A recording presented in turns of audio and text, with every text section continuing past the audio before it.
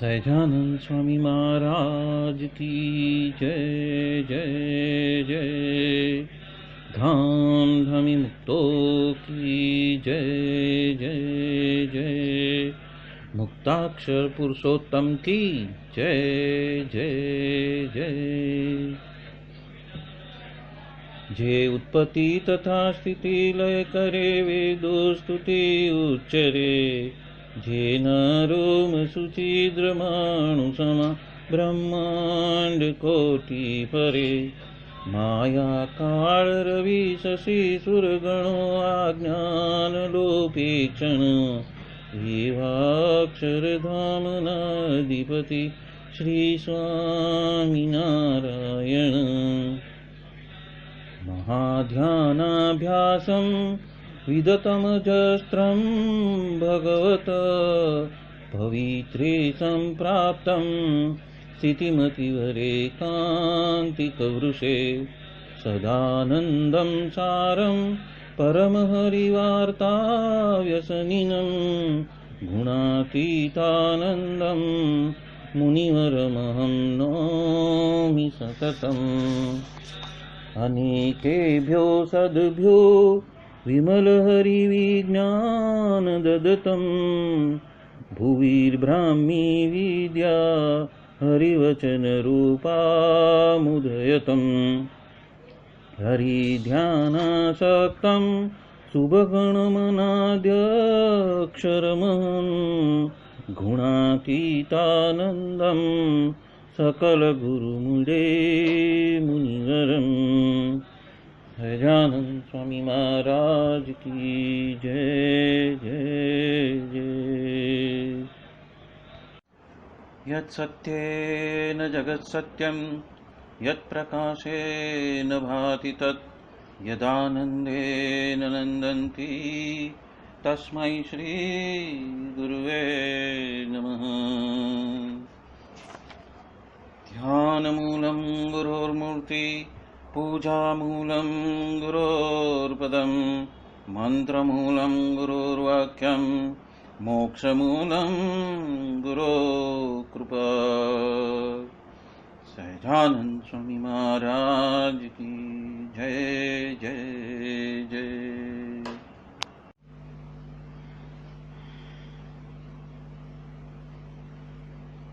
अनादि मूल अक्षर मूर्ति सद्गुरु श्री गुणातीतानंद स्वामी की बातें, प्रकरण 6 सर्वदेशी समझन और बात 23वीं। स्वामीनारायण हरे स्वामी बात कहते हैं, आत्मा है वो तो महा तेजोमय है, और यह जो स्थूल सूक्ष्म और कारण, यह तीनों देह से अलग उसको मानकर ऐसी धारणा करना कि मैं तो अक्षर हूं और मेरे अंदर ये जो प्रत्यक्ष पुरुषोत्तम भगवान वो सदा ही विराजमान है। यहाँ पे विशल्य करणी के वचनामृत कढ़ा अंत्य 39 में सभी बात उसमें समाई हुई है, और थोड़ी थोड़ी बातें तो सभी वचनामृत में बताई गई है और कुछ तो बाकी रही होगी। यह आत्मा का मनन के द्वारा भी संग करना चाहिए कि मैं आत्मा हूं, अक्षर हूं। ऐसा यदि निरंतर अभ्यास जो करते रहे तो वो अक्षर भाव को प्राप्त हो जाता है। उसके ऊपर महाराज ने दृष्टांत दिया कि महाराज ने एक जो ढेड़ का बेटा था उसको कहा कि तू कौन है। तब वो कहने लगा कि मैं ढेड़ हूं। तो कहे कि तू 10 बार एम कहे, ऐसा बता कि मैं आत्मा हूं। तत्पश्चात उसने 10 बार ऐसा ही कहा। तब वापस उन्होंने प्रश्न किया कि तू कौन है। तो वो जो बच्चा था वो कहते ही कि मैं ढेड़ हूं। फिर से महाराज ने कहा कि तू 100 बार कहे कि मैं आत्मा हूं। तब उन्होंने 100 बार ऐसा मैं आत्मा हूं, मैं आत्मा हूं, ऐसा उसने बताया। फिर से उनको प्रश्न पूछा कि तू कौन है। तो कहे कि मैं ढेड़ हूं। तब महाराज कहते हैं कि देखो कि ये देह के साथ में इतना एक तान हो गया है। ऐसा कहकर कहते हैं कि जो जो आत्मा का मनन द्वारे संग किया करता है वो तो अक्षर रूप हो जाता है। और शिक्षापत्री में भी कहा है कि निजात्मानम ब्रह्म रूपम, ऐसा श्लोक वो कहते हैं। और पुरुषोत्तम पत्री में भी उन्होंने कहा है कि आत्मा को जो अक्षर रूप मानते हैं वही सत्संगी है। इसलिए ये बात किए बिना तो छुटकारा है ही नहीं, मतलब बंधन से मुक्ति है ही नहीं। और यह बात उन्होंने आधी रात के समय में ये बात कही है। यहाँ पे गुणातीतानंद स्वामी बात कह रहे हैं, और ये बात उन्होंने अर्धरात्रि के समय में ये बात की है। मतलब कि बातों का जो उनका जो वेग है बातों के बारे में जो उनकी ललक है, जब से गुणातीतानंद स्वामी को महाराज ने दर्शन देके, पहली बार दर्शन देके कहा कि इस पृथ्वी के ऊपर तो ब्रह्म तेज वो लुप्त हो रहा है, तब से उन्होंने महाराज का आज्ञा पालन किया और सब कुछ छोड़ छाड़ के वो तुरंत महाराज की सेवा के लिए हाजिर हो गए। और जब से उनको कहा गया कि सबसे अधिक बातें हैं, तब से उन्होंने बातों का वेग जो है, ब्रह्म विद्या की बातों का जो वेग है, वो उन्होंने बढ़ा दिया। तो उसका जो मर्म है कि बातों का वेग बढ़ाने को गुणातीतानंद स्वामी को श्री जी महाराज ने क्यों कहा? क्योंकि यहां पे एक ऐसा अबाधित नियम है आध्यात्मिक क्षेत्र में कि जिसका आप चिंतन मनन करते हो उसके जैसे आप हो जाते हो।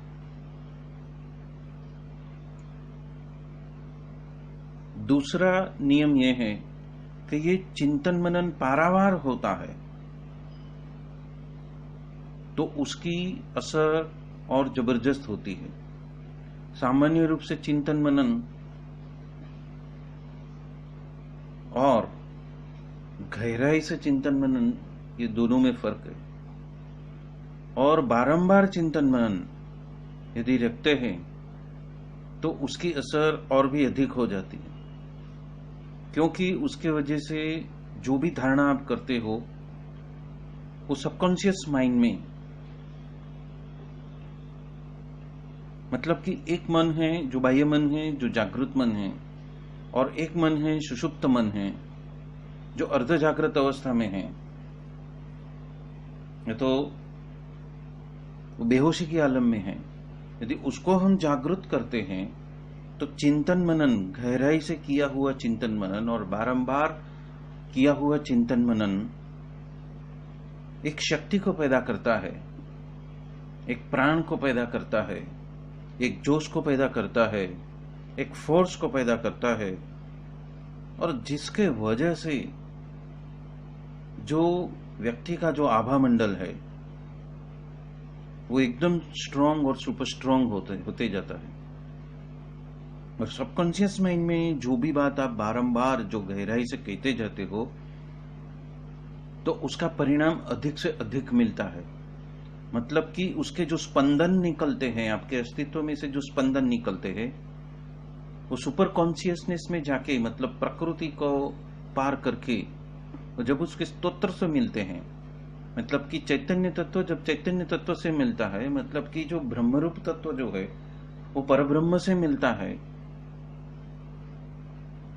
तो डिवाइन कॉन्शियसनेस से जब वो मिलता है तो सारी कायनात उसको फलीभूत करने के लिए आपको ऐसे ही परिणाम आपके सन्मुख प्रस्तुत करती है, वो भी अनेक रूप से, विचारों के माध्यम से, बुद्धि यानी कि प्रज्ञा के माध्यम से, चित्त माने के भावना के माध्यम से, और घटनाएं माने अनेक प्रसंगों का अनुसरण करवा के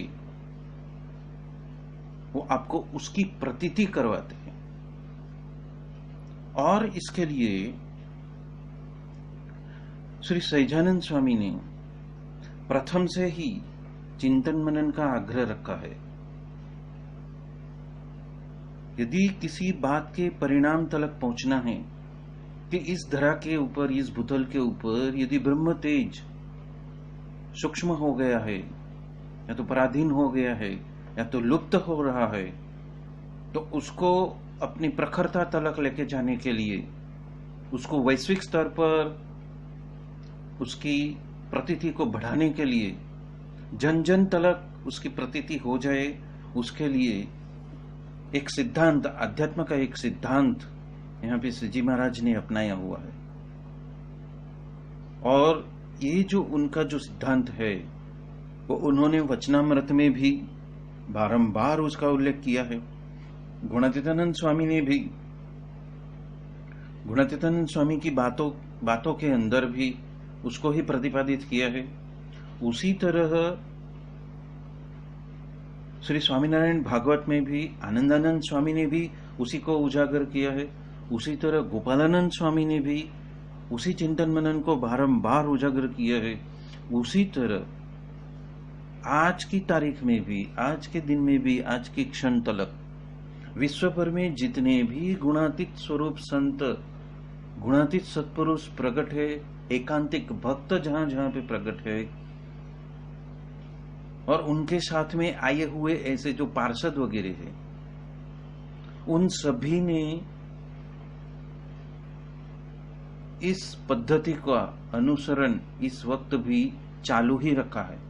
संपूर्ण लिनियज के अंदर, वो कथा वार्ता के रूप में हो, वो समया के रूप में हो, वो दर्शन के रूप में हो, वो महापूजा के रूप में हो, या आरती या धुन के रूप में हो, लेकिन यह चिंतन मनन की जो धारा है वो अविरत रखी है।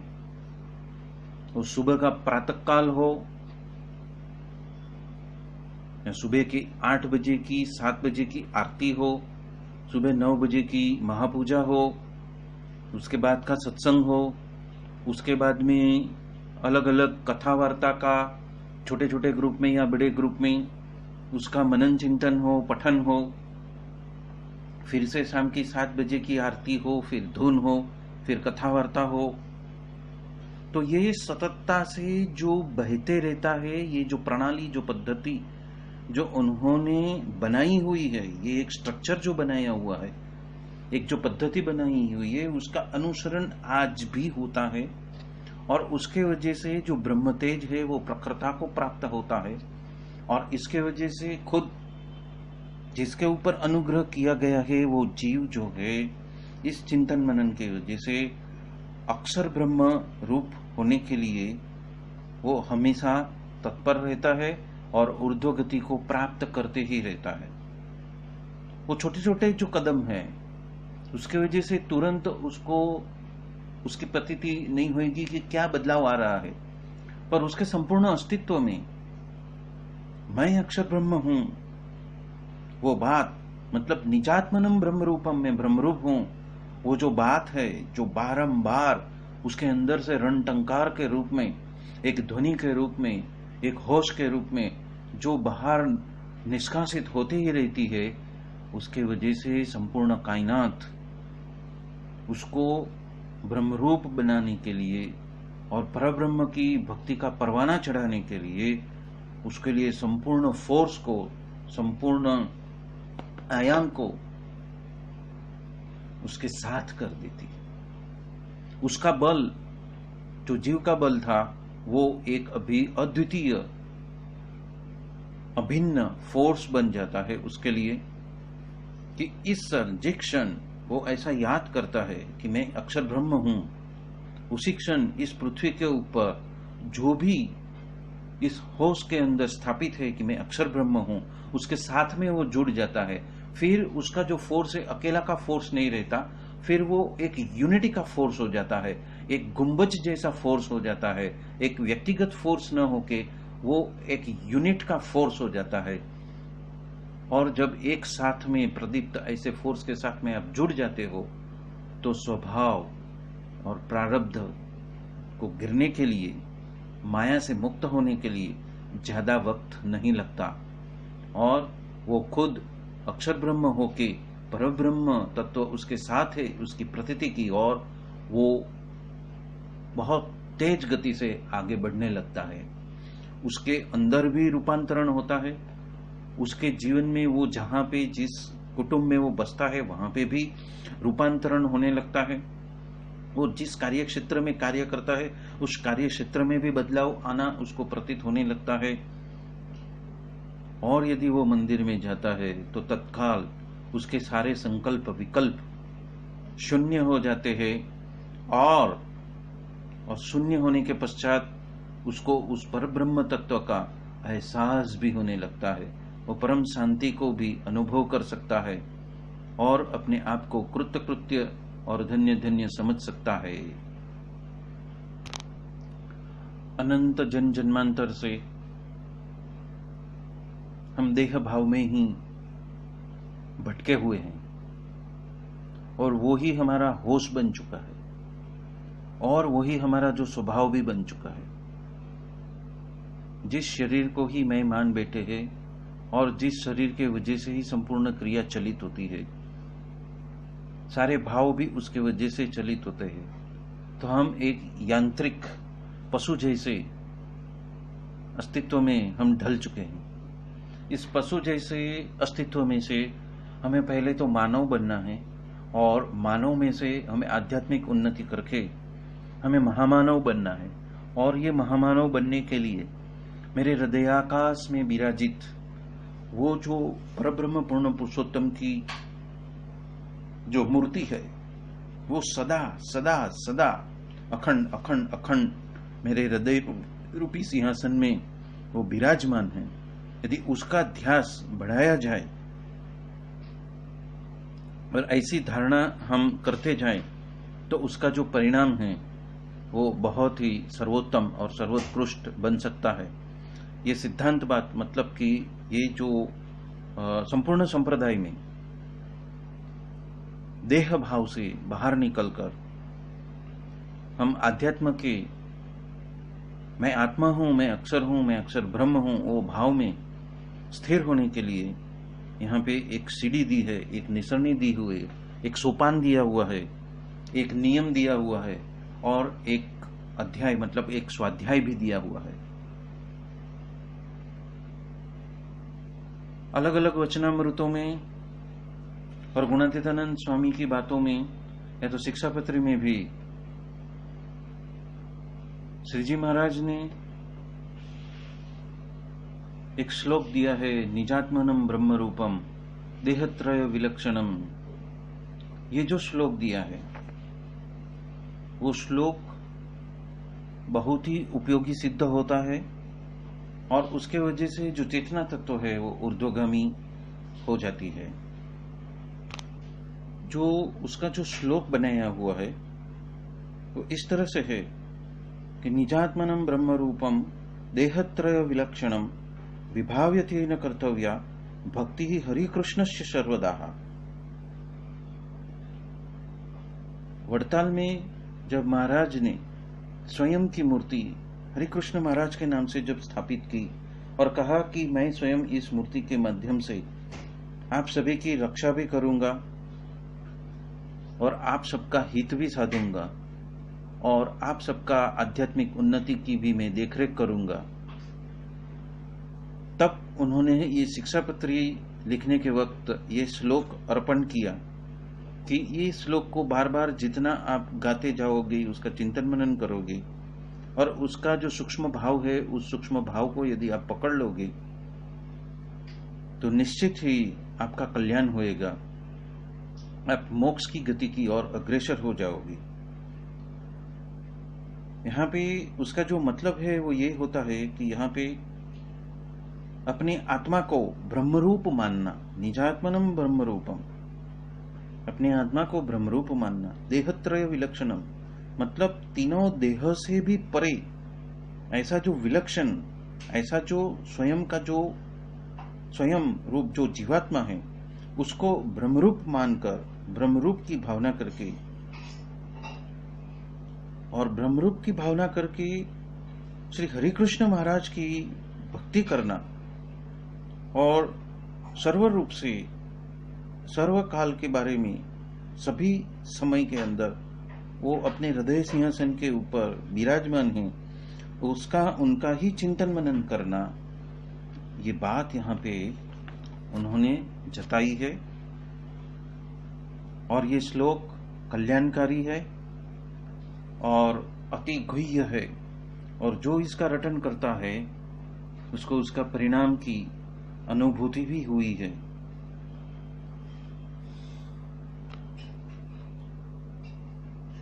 यहाँ पे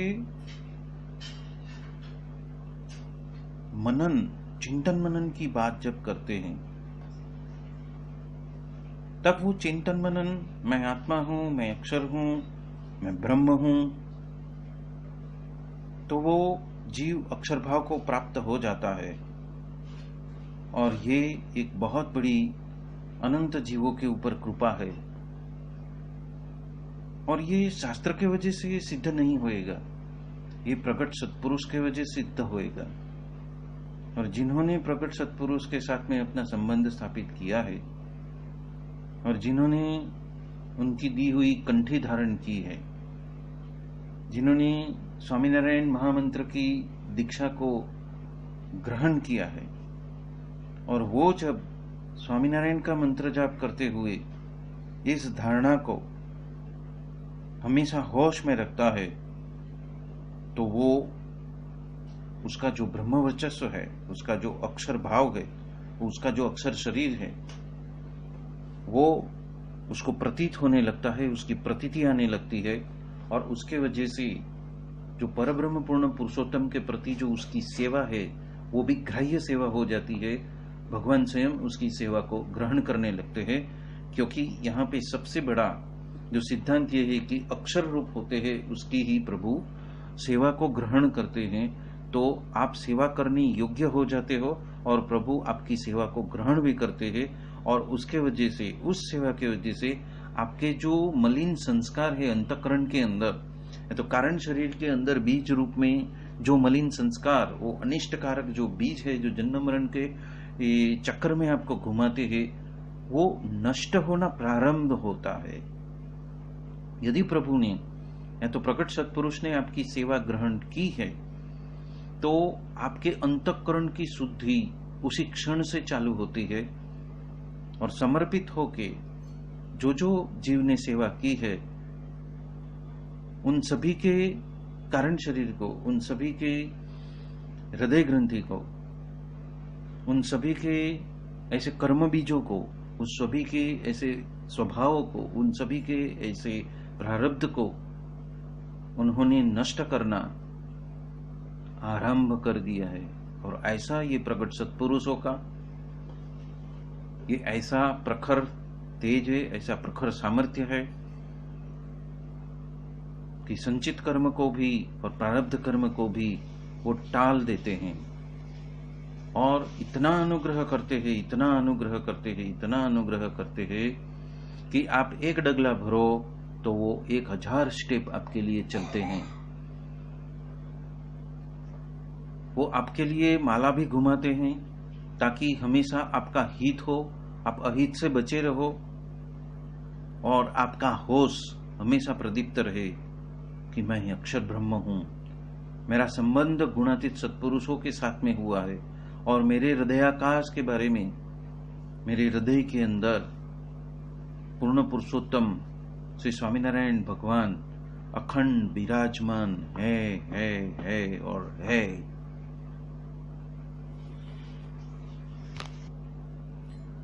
यहां गुणातीतानंद स्वामी ने आत्मा की बात कही है। आत्मा जो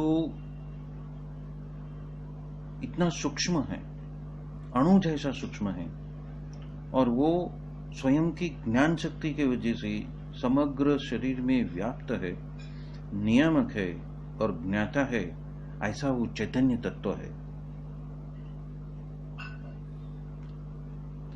यहां पे गुणातीतानंद स्वामी कहते हैं कि आत्मा है वो महातेजोमय है। मतलब कि जिन जिन योगियों ने समाधि में जाकर आत्मा का दर्शन किया हुआ है, आत्मा का साक्षात्कार किया हुआ है, उन्होंने इस आत्मा को बहुत ही तेजोमय देखा है, बहुत ही प्रकाशित देखा है। और कहते हैं कि वो स्वयं प्रकाशित है, वो किसी के आधार के बिना, किसी कारण के बिना वो स्वयं प्रकाशित है। वो बात यहां पे कही है। और इसी वजह से उन्होंने कहा है कि वो महातेजोमयी है। तो वो महातेजोमयी मतलब कितना महातेजोमयी है? तो कि वो कोटि कोटि सूर्य और कोटि कोटि चंद्र का जो तेज है, उतना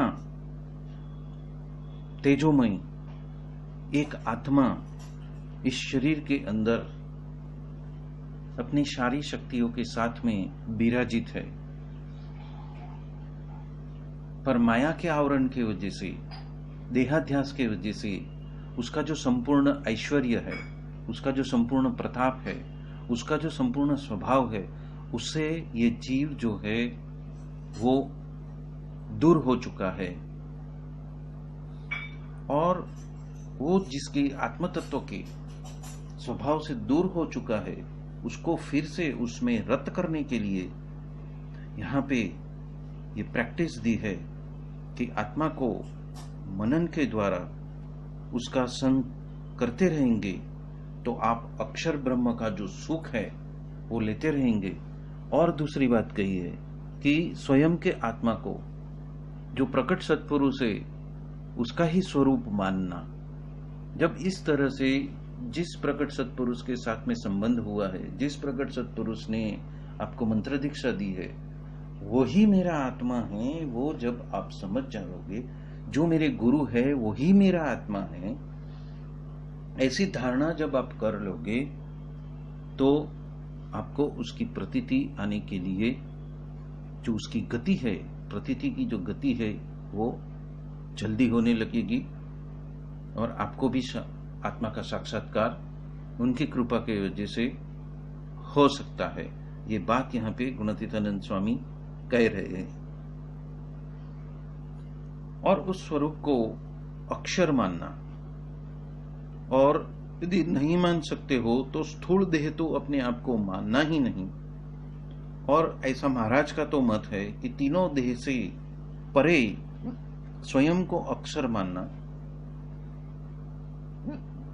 जिस तरह से ब्राह्मण के घर पे जन्म लिया है तो खुद को स्वयं को ब्राह्मण मानता है, उसी तरह हमें तो सर्वोपरि परब्रह्म पूर्ण पुरुषोत्तम भगवान मिला है, उस वजह से हमें अपने आप को स्वयं को अक्षर मानना। और ये बात स्वामी की बातों के प्रकरण 1 की 256वीं बात में गुणातीतानंद स्वामी हमें बता रहे हैं।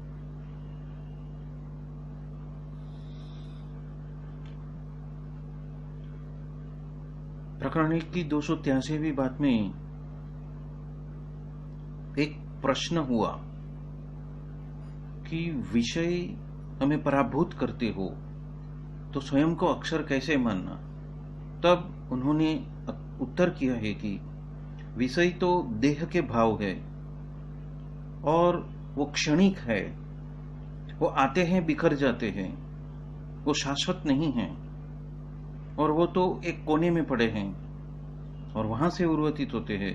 पर यदि हम अपने आप को इस चिंतन मनन में डुबा देंगे कि मैं स्वयं अक्षर हूं, मैं स्वयं ब्रह्मरूप हूं, तो हम उससे भी पार पा सकते हैं, हम उससे भी निजात पा सकते हैं।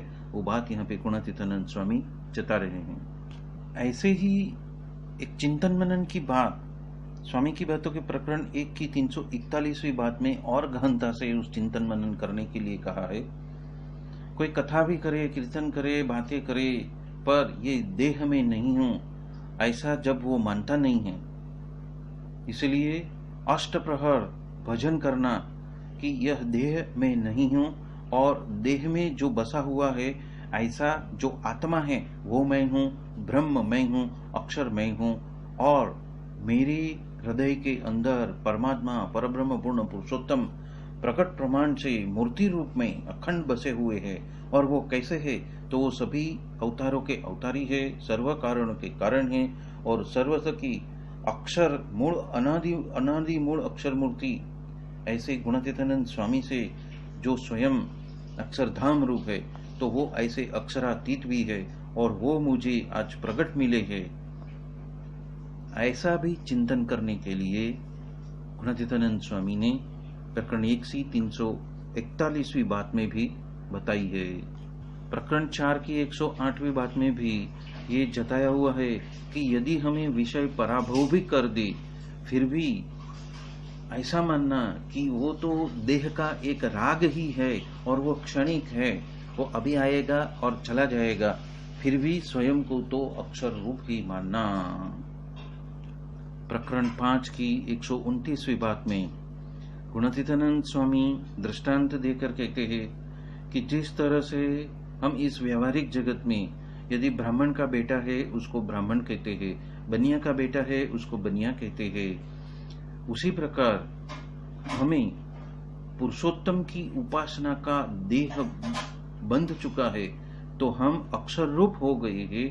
उस तरह से स्वयं के स्वरूप को अक्षर ब्रह्म मानना, ये बात यहाँ पे जताई हुई है। कर्ण 5 की 360वीं बात में कहते हैं कि मैं देह हूं, ऐसा ही आप मानते रहोगे तो मान आदि वगैरह जो दोष है वो किस तरह से टलेंगे। इसलिए मैं देह हूं वो मानना ही नहीं है, ऐसा महाराज का सिद्धांत है। और दिन में एक बार तो ऐसा चिंतन मनन करना, ऐसी धारणा करनी कि मैं अक्षर ब्रह्म ही हूं, जो प्रकट सत्पुरुष है वही मेरा आत्मा है, ऐसा चिंतन मनन करते रहना, ऐसा ध्यास हमेशा रखना, बरकरार रखना। प्रकरण 6 की 40वीं बात में कहा गया है कि मैं अक्षर हूं और पुरुषोत्तम तो मेरे हृदय के अंदर मूर्तिमंत होके अखंड विराजमान है। ऐसे ध्यान करते रहना, ऐसा ध्यास करते रहना, ऐसा होश बनाते रहना। प्रकरण 6 की 105वीं बात में गुणातीतानंद स्वामी कहते हैं कि देह के वजह से तो और देहाध्यास के वजह से, दोनों के वजह से इस संसारी जगत में और इस व्यावहारिक जगत में तो बहुत ही बखेड़ा उत्पन्न होता है। तो उस वजह से हमें महाराज के सिद्धांत के आगे आगे चलना, और इसके लिए उन्होंने कुछ श्लोक वगैरह दिए हैं। जैसे कि पहला श्लोक है निजात्मानम ब्रह्मरूपम, एक और श्लोक दिया है विपरी निष्ठितोपि निर्गुण्ये, उपरांत एक श्लोक दिया है ब्रह्मभूत प्रसन्नात्मा, उपरांत एक और भी श्लोक दिया है आत्मा रामस्य मुनियो आदि। ऐसे बहुत सारे श्लोक दिए हैं और कहते हैं कि बाकी संसार जगत का, व्यवहार जगत का, देह जगत का या तो कर्तव्य जगत का सारा जो लोचा है, सारा जो बखेड़ा है, उसको कभी कभी साइड में रख दो और अपने आप को अक्षर रूप, ब्रह्म रूप और अपने आत्मा को संत स्वरूप मानना। ये बात यहाँ पे गुणातीतानंद स्वामी कह रहे हैं। यहाँ पे गुणातीतानंद स्वामी ने विशल्यकर्णी की वचनामृत की बात कही है, जिसमें श्री जी महाराज कहते हैं कि हमें आत्मनिष्ठ बनना है। मतलब कि यह देह मैं नहीं हूं और मेरा जो सच्चा स्वरूप है वो आत्मा हूं, मैं ब्रह्मरूप हूं। और साधु के साथ में यदि हम रहते भी हो और परस्पर कुछ निमित्त के वजह से बातों में असमंजस्य हो, सहमति न हो और उसके वजह से कुछ अहम महमत्व होता है, या तो मान, क्रोध, स्वाद, लोभ, काम, मत्सर, ईर्ष्या वगैरह आदि अवगुण की प्रवृत्ति भी हो भी जाती है, तब यदि वो स्वयं को आत्मा नहीं जानता हो तो उसको साधु का अवगुण आ जाता है और उसके वजह से उस जीव का बहुत ही बुरा होता है। इसलिए प्रथम तो देह से पृथक स्वयं को आत्मा जानना, और वह आत्मा तो ब्राह्मण भी नहीं है, क्षत्रिय भी नहीं है, कर्मी भी नहीं है, किसी का बेटा भी नहीं है, किसी का पिता भी नहीं है, वो कोई जात भी नहीं है, न वो स्त्री है, न पुरुष है, वह न बच्चा है, उसकी न कोई ज्ञात है, न उसकी कोई जात है। वो तो अविनाशी है, वो तो अजर है, वो तो अमर है, वो तो अनंत है। और ऐसा आत्मा वो स्वयं तेजोमय है। और यहाँ पे कहा है कि वो सूर्य तथा चंद्र जैसा है या तो अग्नि जैसा है। वो तो इसलिए कहा है कि वो जैसे तेजस्वी है, सूर्य, चंद्र और अग्नि जैसे तेजस्वी है, ऐसा वो भी जाणपणे युक्त है। और अग्नि की ज्वाला तथा सूर्य की ज्वाला या तो चंद्र की ज्वाला की जो किरण है वो तो जड़ है, क्योंकि उसके बीच में यदि कोई भी जड़ पदार्थ हम रख दे तो वो वहां से खिंचते नहीं है। और यदि कीड़ी जैसा छोटा सा भी जीव हो, यदि हम उंगली से छूते हैं तो वो अन्य रास्ता ले लेती है, वो दूसरा मार्ग चुन लेती है। इसलिए तो आत्मा तो जानपणे युक्त है और सूर्य या अग्नि या चंद्र जैसा कहते हैं, वो तो उसका आकार तेजस्वी है। वो मतलब कि चक्षु में जो हमारे चर्म चक्षु है उसको तेजोमय दिखता है, इसीलिए कहते हैं कि वो उनके जैसा है। और आत्मा अनेक शरीरों को धारण किया हुआ है और जन्म जन्मांतर में कहा जाता है कि जितने समुद्र का पानी है, जल है, उतना उस जीव ने अपनी माता का दूध पिया हुआ है। और वहां पे अनेक प्रकार से उसका तो मरण भी हुआ है, पर वो स्वयं आत्मा तो कभी मरा नहीं है। वो अजर है, अमर है, अविनाशी है, शाश्वत है। और सृष्टि जब से उत्पन्न हुई है तब से है और अभी तक वो इस यात्रा में ही है। और वो तो जैसा है वैसा ही है। और अज्ञान अवस्था की वजह से वो स्वयं को देह रूप मानते रहता है, पर स्वयं तो कभी उसको मृत्यु आती ही नहीं है। और जब ऐसा ज्ञान जब उसको प्राप्त होता है तो आत्मा अजर अमर होने की वजह से उसकी मृत्यु कैसी। और ऐसा जो आत्मा, उसको स्वयं का स्वरूप मानना और देहाध्यास से मुक्त हो जाना, ये बात यहाँ पे गुणातीतानंद स्वामी और श्रीजी महाराज स्वयं दोनों के ऊपर ऐसा भार रखते हुए हमें सचेत करते हैं। और यदि ऐसा चिंतन मनन निरंतर होते रहता है तो वो स्वयं को अक्षर ब्रह्म रूप को प्राप्त कर सकता है।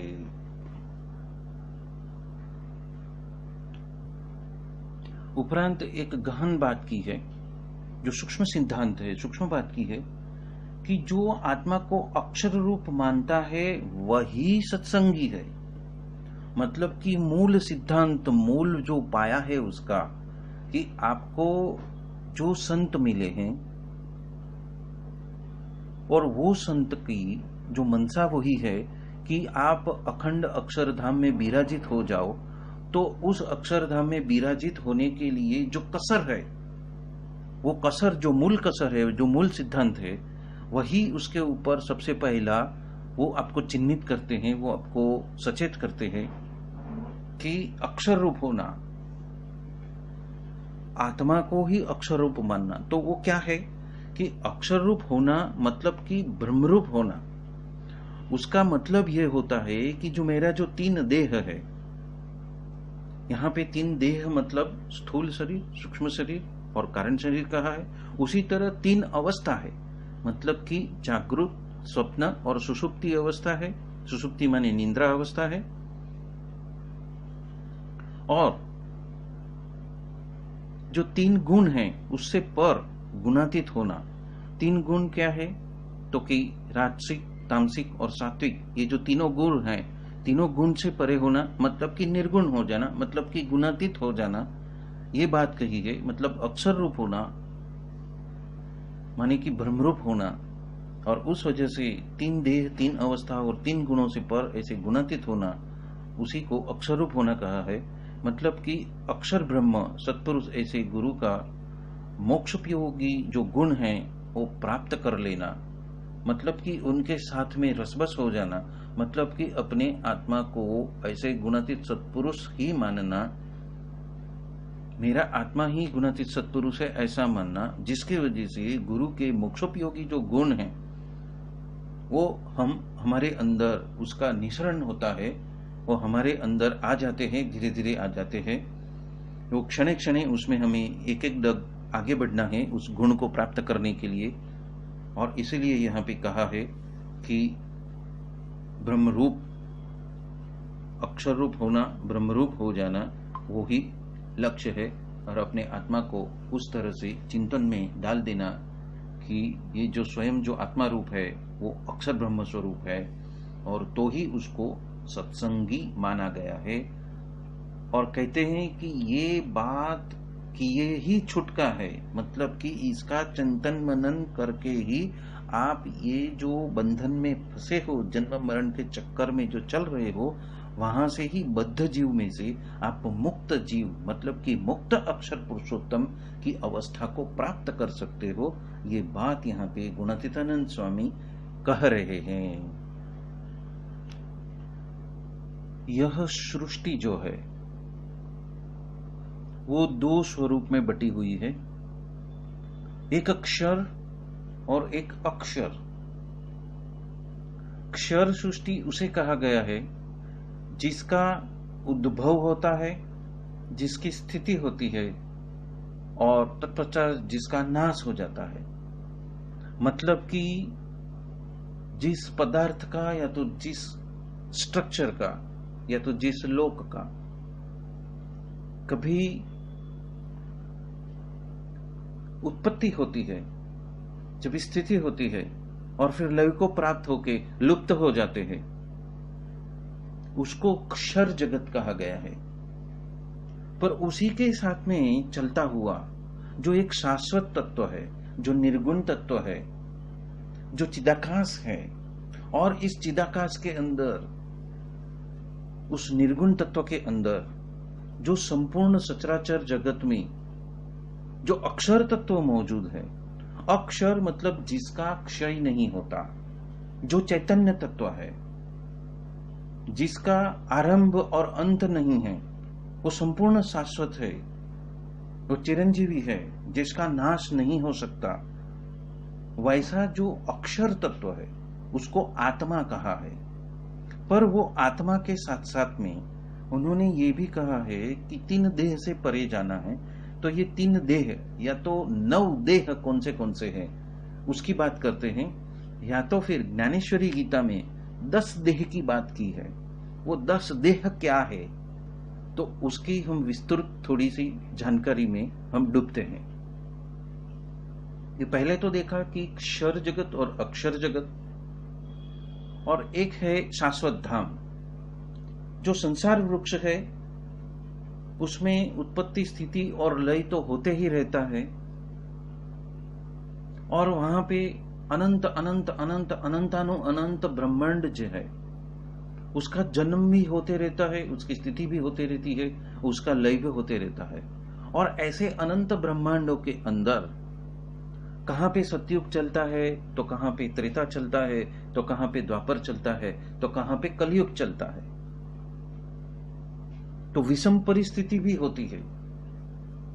ठीक उसी तरह इस मनुष्य शरीर देह के अंदर कभी तामसिक गुण चलते हैं, तो कभी राजसिक गुण चलते हैं, तो कभी सात्विक गुण चलते हैं।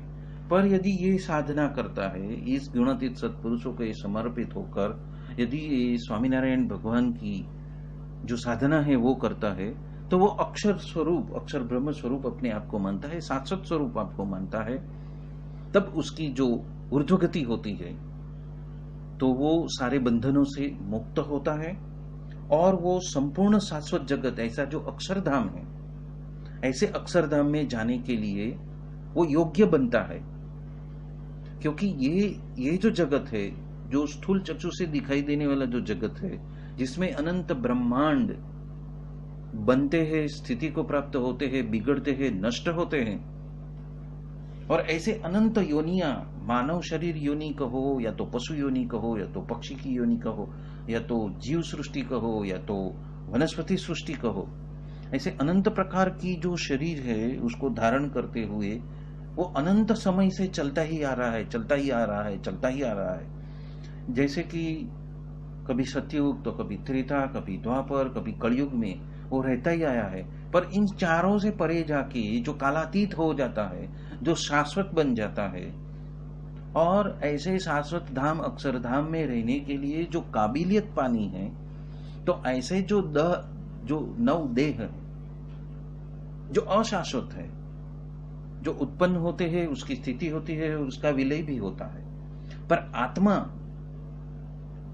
एक ऐसा शरीर है जिसको पद्म शरीर भी कहते हैं, और वो शरीर के अंदर एक शुद्ध आत्म ज्योति है जिसको शुद्ध ब्रह्म तत्व भी कहते हैं। ऐसे हम शाश्वत तत्व के अंदर जब हम प्रयाण कर जाते हैं, हम सम्मिलित हो जाते हैं, उसके एक रूप हो जाते हैं, उसमें रसबस हो जाते हैं, और उसमें विराजमान, उस आत्म ज्योति में विराजमान ऐसी जो मूर्ति है, पूर्ण परब्रह्म पुरुषोत्तम नारायण की जो मूर्ति है, जो सहजानंद स्वामी की मूर्ति है, उसके साथ में जब हम एकाकार हो जाते हैं, लय और लीन हो जाते हैं उसके अंदर, शुद्ध स्वरूप में उस मूर्ति जैसे हम बन जाते हैं, तब हम भी शाश्वत हो जाते हैं। और ऐसा जो शाश्वत जगत कि जहां पे माया नहीं है, मतलब कि जहां पे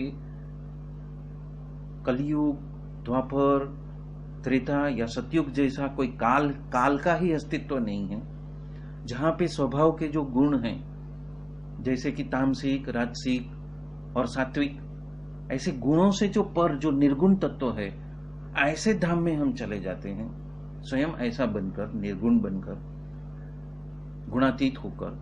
और ऐसे जो नौ देह है, उस नौ देह से भी परे चले जाते हैं। उस देह की बात आज हम कर रहे हैं। जो सबसे पहला शरीर है वो है स्थूल शरीर। स्थूल शरीर की मूलभूत रचना पंच महाभूतों से हुई है।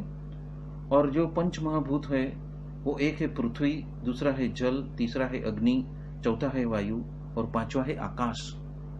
ऐसे पंच तत्वों से ये स्थूल शरीर बना हुआ है। अभी हम सूक्ष्म शरीर लेते हैं, जो दूसरा शरीर है, वो 19 तत्वों से बना हुआ है। और वो 19 तत्वों में जो 5 ज्ञानेंद्रियां हैं,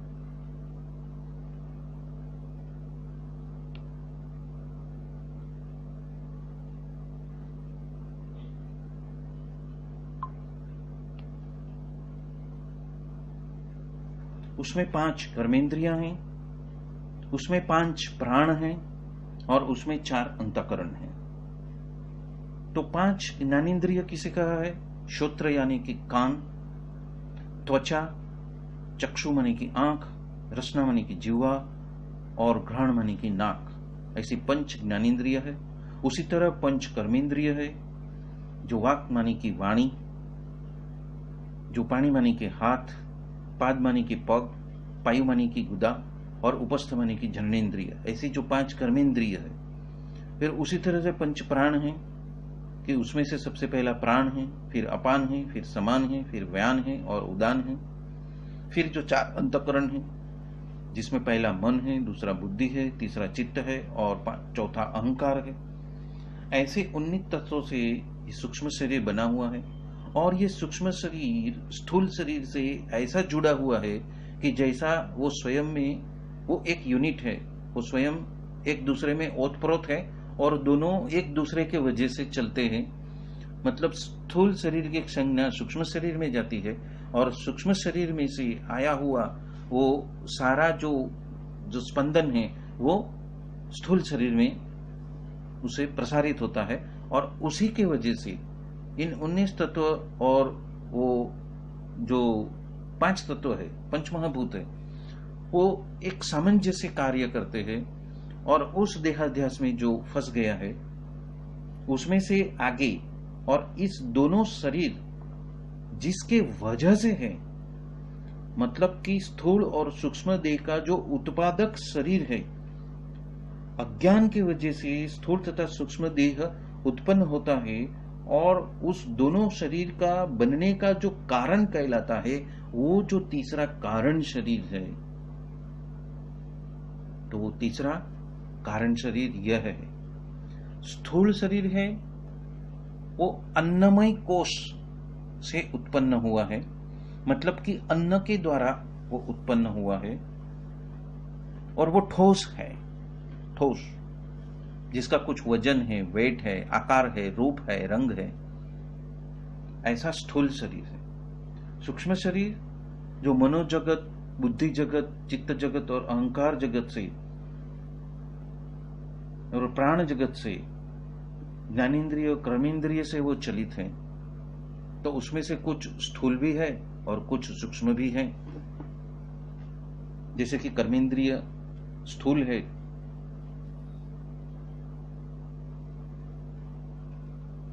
और ज्ञानेन्द्रिय भी स्थूल है, पर अंतःकरण जो है और पंच प्राण है वो सूक्ष्म है, जिसको हम देख नहीं सकते पर उसकी अनुभूति होती है। और वो एक भावनात्मक शरीर है।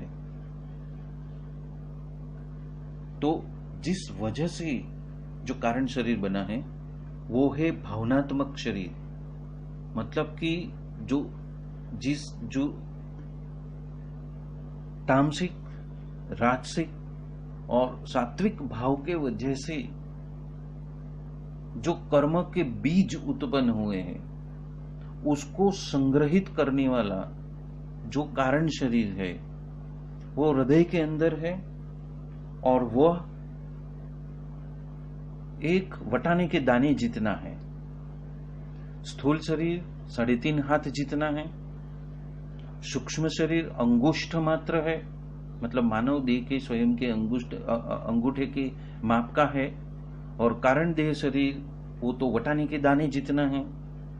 तो वो कारण शरीर जिसके अंदर सारे चित्त वृत्तियों के वजह से राजसिक, तामसिक और सात्विक कर्मों के परिणाम स्वरूप जो कर्म बीज है, जिसको उन्होंने जन्म जन्मांतर के कर्मों की जो भावनाएं हैं उसको संचित करके बीज के रूप में रखा है, वो है कारण शरीर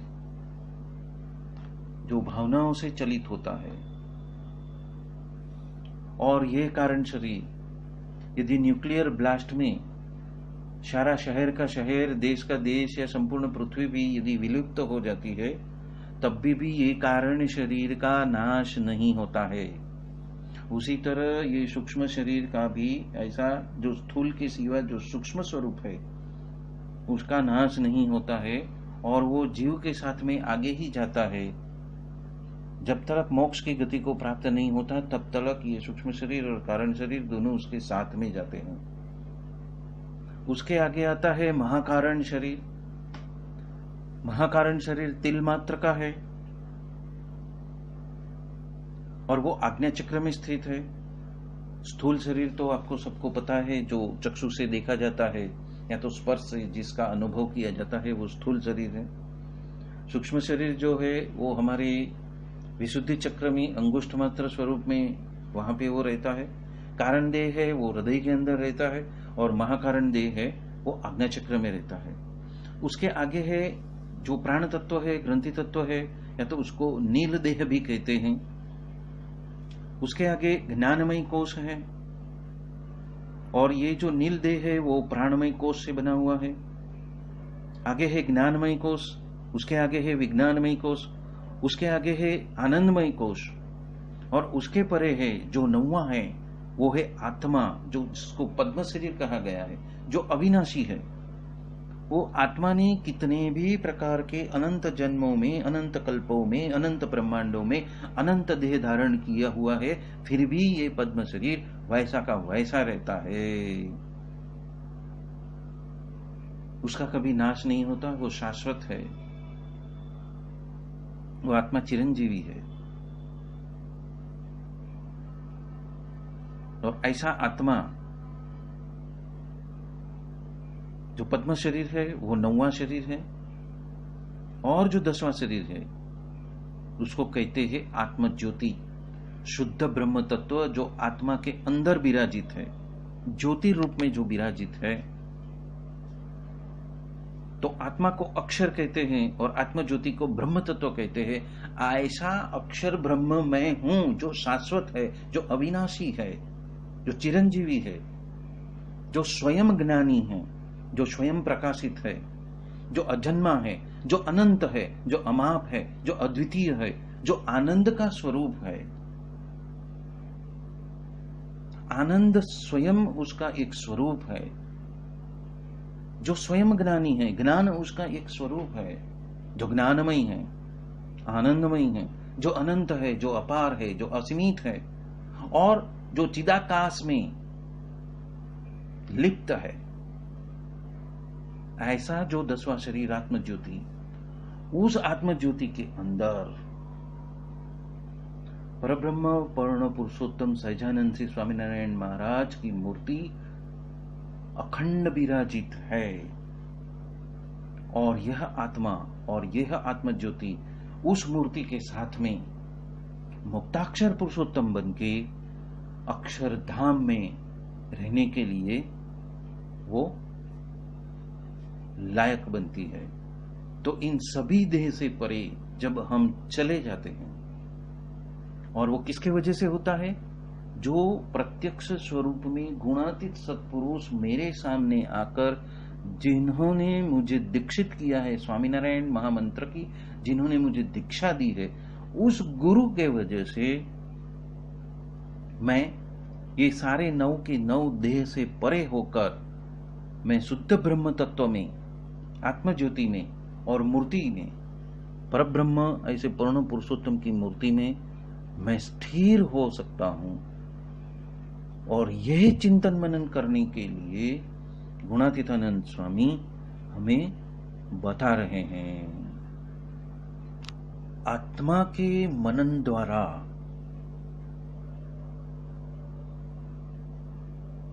अक्षर ब्रह्म के भाव को, यानी कि अक्षर भाव को जीव प्राप्त हो जाता है।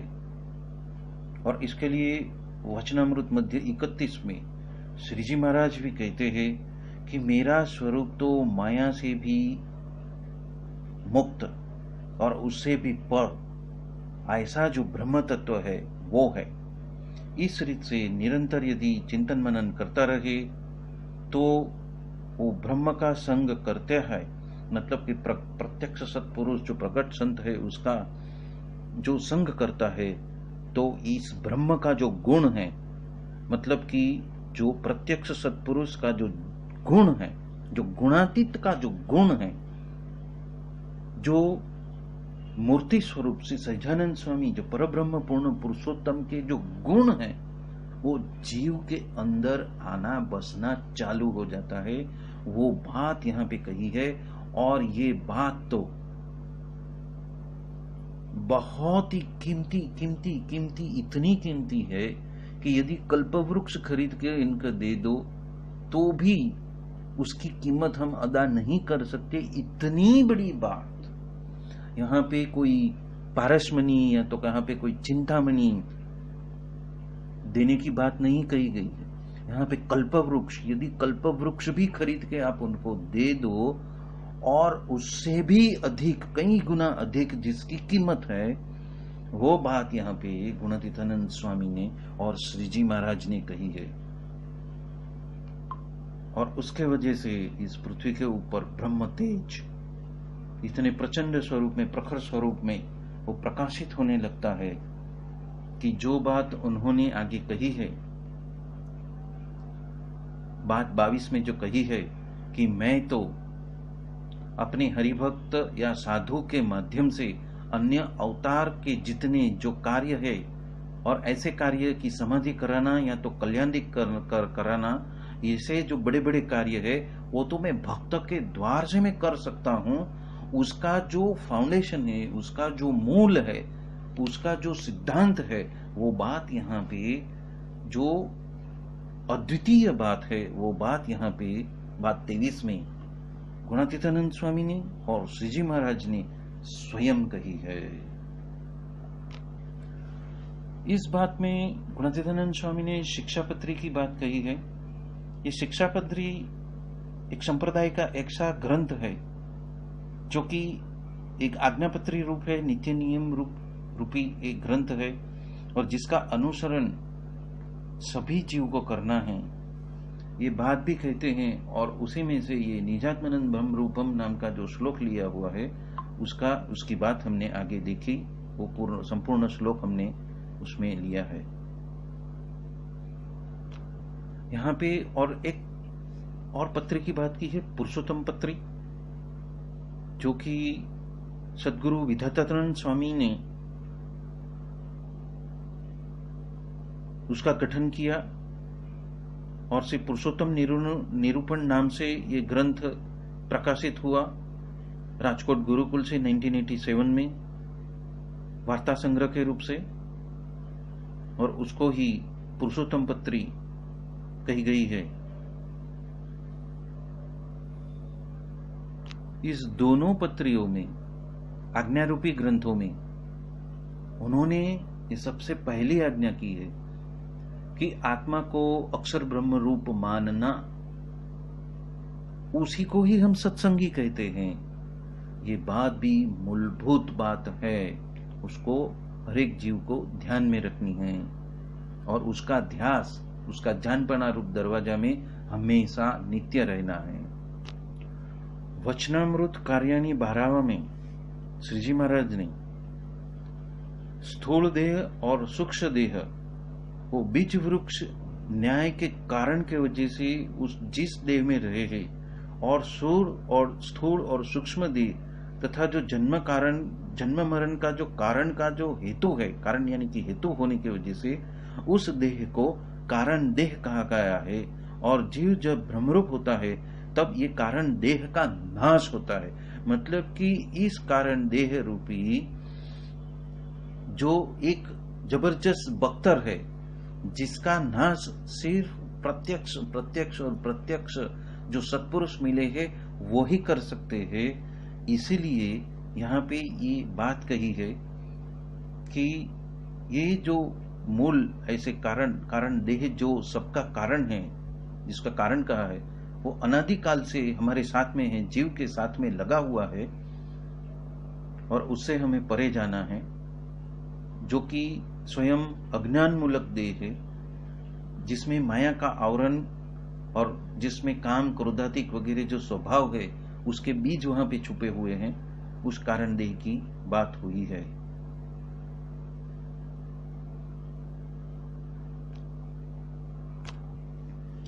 निजात्मनम ब्रह्मरूपम जैसा और एक श्लोक है, ब्रह्मभूतः प्रसन्नात्मा न शोचति न कांक्षति सम सर्वेषु भूतेषु मद भक्तिम लभते पराम। यह श्लोक गीता का 18वें अध्याय का 54वां श्लोक है और उसका अनुसंधान वचनामृत लोया 7 में, पंचाला 2 में और गधड़ा अंत्य 3 में भी श्रीजी महाराज ने बताया हुआ है। उसका जो अर्थ है वो ऐसा होता है कि ब्रह्मरूप ऐसा जो प्रसन्न आत्मा किसी भी बाबत में, अपने देह के बाबत में, अपने संसार की गतिविधियों के बाबत में, व्यवहार जगत के बाबत में, खाने पीने और देह संबंधी जरूरियतों के बाबत में, या तो संबंध के बाबत में, या तो मिलना और बिछड़ने का, किसी का जन्म किसी की मृत्यु के बाबत में, ऐसी कोई भी बाबत है संसारिक व्यावहारिक जगत की, या तो कमाई के जगत की, या तो रिलेटिव, या तो संबंधियों के वजह से, वो कोई भी बाबत में शोक नहीं करता है, मतलब हाई वो ही नहीं करता है, चिंता भी नहीं करता है और कुछ इच्छा या अपेक्षा भी नहीं रखता है। मतलब कि जो नॉन जजमेंटल हो जाता है। अब ये नॉन जजमेंटल वो बहुत बड़ी स्थिति है। जो व्यक्ति दृष्टा भाव में स्थित हो जाता है, दृष्टा भाव कि जहां पे वो खिलाड़ी नहीं है, वो खेल नहीं खेल रहा है और एक स्टेडियम में बैठा हुआ है और सामने खेला जा रहा जो 9 देहों का गठन के वजह से जो जीव अलग अलग परिमाणों के वजह से, अलग अलग गतिविधियों के मिक्सचर के परम्यूटेशंस एंड कॉम्बिनेशंस के वजह से जो खेल हो रहा है, उसके सामने उसमें वो सम्मिलित नहीं होता, वो लिप्त नहीं होता, वो आसक्त नहीं होता, उसमें उसको राग या द्वेष उत्पन्न नहीं होता, मेरा या पराया नहीं होता। ऐसी स्थिति में जो चला जाता है उसको नॉन जजमेंटल कहते हैं। जो दृष्टा बन चुका है, जो सिर्फ इस खेल को देखता है, उसका लुत्फ भी उठाता है, उसकी गतिविधियों को भी देखता है, पर उसमें वो अटैच नहीं होता, वो उसमें डिटैचमेंट हो जाता है, वो अलिप्त हो जाता है, वो वैरागी हो जाता है और वो संपूर्ण ज्ञान में स्थित हो जाता है कि संसार वृक्ष में आया हुआ ऐसा अनंत आत्माएं, ऐसा अनंत जीव, वो अनंत देहाध्यास के वजह से और ऐसे 9 देहों के परम्यूटेशंस और कॉम्बिनेशंस की वजह से जो खेल रचाया है, उसके खेल के कर्ता जो है वो मुझे स्वयं मिले हैं और सर्वकर्ता हर्ता वो ही है, जीव नहीं है। तब वो नॉन जजमेंटल स्टेट में और दृष्टा भाव में स्थिर हो जाता है और उसके वजह से हर एक प्राणी मात्र को वो समता भाव से देखता है और ऐसा व्यक्ति मेरी श्रेष्ठ भक्ति को प्राप्त करता है।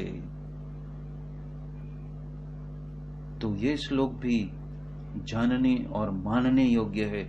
जीवन में उसको उसका अमल करके उस तरह से जो मस्ती की जो जिंदगी है, खेलंदा बन के नहीं, पर खेल के दृष्टा बन के, अंपायर बन के भी नहीं, पर एक पेविलियन में बैठा हुआ एक व्यक्ति बन के, एक दृष्टा बन के, जब ये संसार के जगत की सारे उत्पत्ति, स्थिति और लय को जो वो देखने लगता है, तब कहा गया है कि ऐसा जीव मेरी श्रेष्ठ भक्ति को प्राप्त करता है। इसी तरह भागवत का प्रथम प्रकरण का 7वें स्कंध का 10वां श्लोक है, जिसका निरूपण वचनामृत पंचाला 2 में और गढ़ा अंत्य 3 में भी कहा गया है। आत्मा रामश्च मुनियो निर्ग्रंथा अयुरुक्रमे कुर्वन्त्य हेतु किम भक्तिमित्थम भूतगणो हरिहि। जो अपनी ही मस्ती में मस्त रहने वाले जो मुनि हैं, और ये कौन सी मस्ती की बात कही है?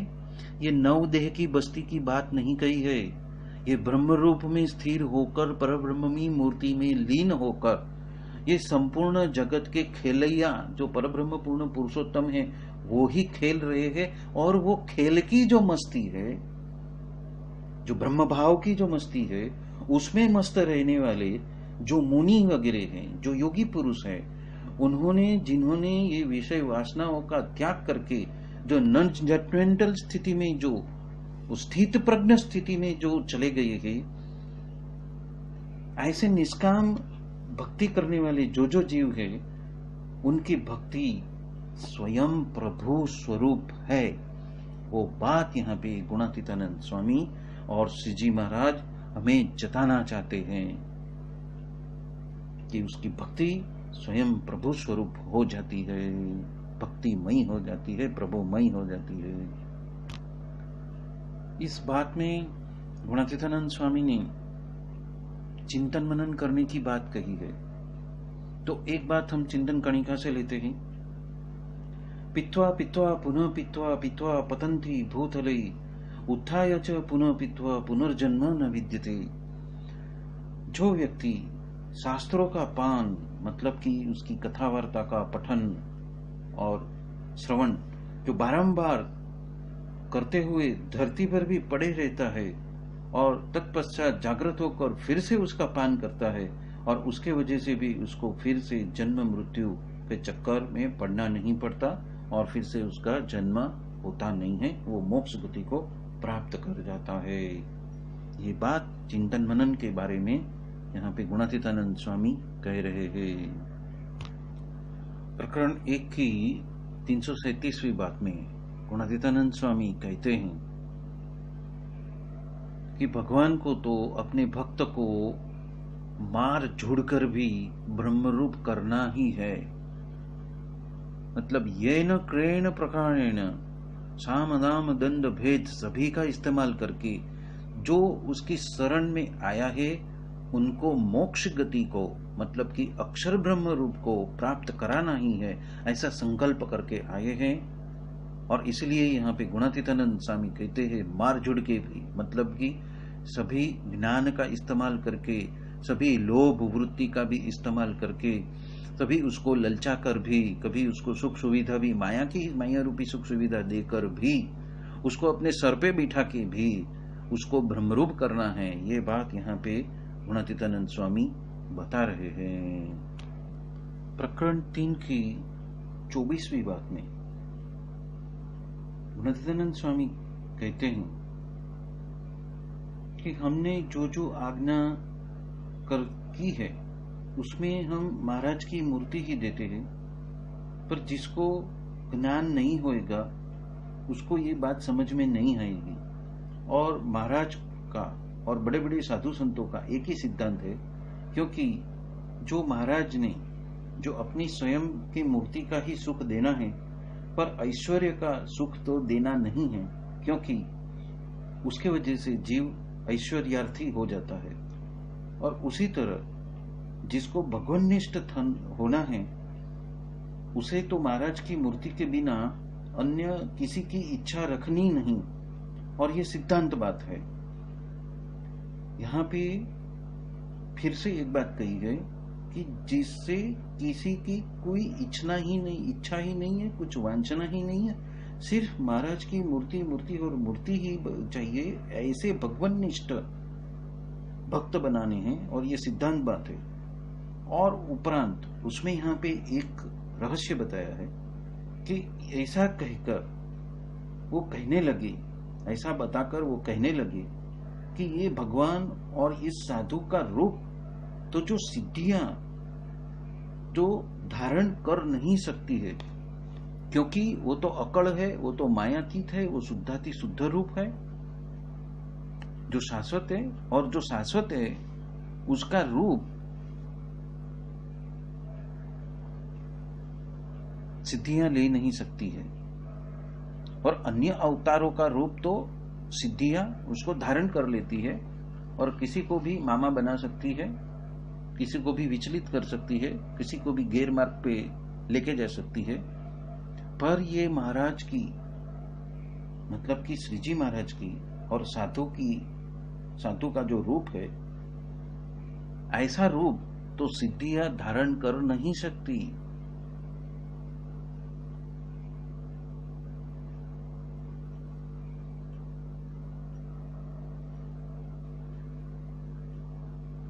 जिस तरह ये प्रत्यक्ष महाराज और ये प्रत्यक्ष संत का रूप सिद्धियां धारण नहीं करती है, तो ये दोनों में ये फर्क है कि अन्य अवतारों की मूर्ति धारण करना और उस अवतारों की मूर्ति का तो सिद्धियां भी धारण करके आपको गैर मार्ग पे लेके जा सकती है, पर ये जो प्रत्यक्ष महाराज और जो प्रत्यक्ष संत है उसका रूप तो सिद्धियां धारण कर ही नहीं सकती। मतलब कि इस जीव को कोई गैर मार्ग पे लेके नहीं जा सकता, या तो उल्लू नहीं बना सकता, या तो मामा नहीं बना सकता, और उसका अहित नहीं कर सकता। और इस रीत से भी महाराज ने इसीलिए मूर्ति धारण करने की बात कही है, जो हृदयस्थ मूर्ति है, मैं ब्रह्मरूप हूं, मैं अक्षर ब्रह्म हूं, ऐसा चिंतन मनन करके जो श्री जी महाराज की मूर्ति है उसको हृदय में धारण करने की बात इसी वजह से कही है। प्रकरण 7 की 30वीं बात में गुणातीतानंद स्वामी कहते हैं, 3 देह से पर निजात्मनन ब्रह्मरूपम मानकर नित्य सुबह में जल्दी उठकर प्रार्थना करनी, हे नाथ, हे दया सिंधो, हे कृपा सिंधो, हे कलिदोष निवारक, हे भक्ति धर्मात्मज, हे योग कला प्रवर्तक, हे वर्णिवेश दर्शक, हे ब्रह्म विद्या प्रवर्तक, हे अधमोद्धारण, हे पतित पावन, हे अशरण शरण, हे अक्षर धामाधिपति, हे पूर्ण पुरुषोत्तम नारायण, हे सैजानंद स्वामी, तमे मारी ऊपर राजी थईने आप मेरे ऊपर राजी होकर मुझे अपना एकांतिक दास जानकर मेरे हृदय के अंदर निरंतर निवास करके अखंड विराजित रहना। और ऐसी रीत से जो मुमुक्ष नित्य प्रार्थना करता है तो उसके हृदय में साक्षात से पुरुषोत्तम नारायण से सैजानंद स्वामी अखंड निवास करके बस जाते हैं। ये बात भी बहुत ही इम्पोर्टेंट बात है, बहुत ही अगत्य की बात है, उसको भी ध्यान में लेना है। प्रकरण 7 की 28वीं बात में गुणातीतानंद स्वामी कहते हैं कि ब्रह्मधाम के अधिपति हरिकृष्ण पुरुषोत्तम नारायण की मूर्ति को महात्मा ज्ञानी सहित ध्यान के बारे में योगियों को तत्पर होकर उसके पीछे पड़ जाना है, और इस रीत से अपने आत्मा को अक्षर रूप मानकर अपने अंगों अंग में पुरुषोत्तम नारायण के अंगों अंग को धारण करना है, और ऐसा रूप ध्यान करना है, ऐसा श्री जी महाराज ने खरड़ा के अंदर संतों को कहा है। श्री जी महाराज ने और गुणातीतानंद स्वामी ने ऐसे कई जगहों पर, कई वचनामृतों में और कई गुणातीतानंद स्वामी की बातों में अज्ञानी जीव को संबंध देकर ब्रह्मरूप करना है और मूर्ति का सुख देना है, ऐसी तो कई बातें हैं। और जैसे जैसे हम आगे बढ़ते जाएंगे वैसे वैसे वो बातें अपने आप आती जाएगी और उसका हम चिंतन मनन गहराई से करते जाएंगे। तो इसी के आप सभी का धन्यवाद करते हुए बोलो सहजानंद स्वामी महाराज की जय जय जय। धाम धामी मुक्तों की जय जय जय। सर्व गुणातीत स्वरूपों की जय जय जय। अपने अपने गुरुदेव की जय। अपने अपने स्वरूपों की जय जय जय। मुक्ताक्षर पुरुषोत्तम की जय जय जय। श्री गुरुदेव चरणार्पणमस्तु। श्री गुरुदेव चरणार्पणमस्तु। श्री गुरुदेव चरणार्पणमस्तु। जय श्री स्वामीनारायण।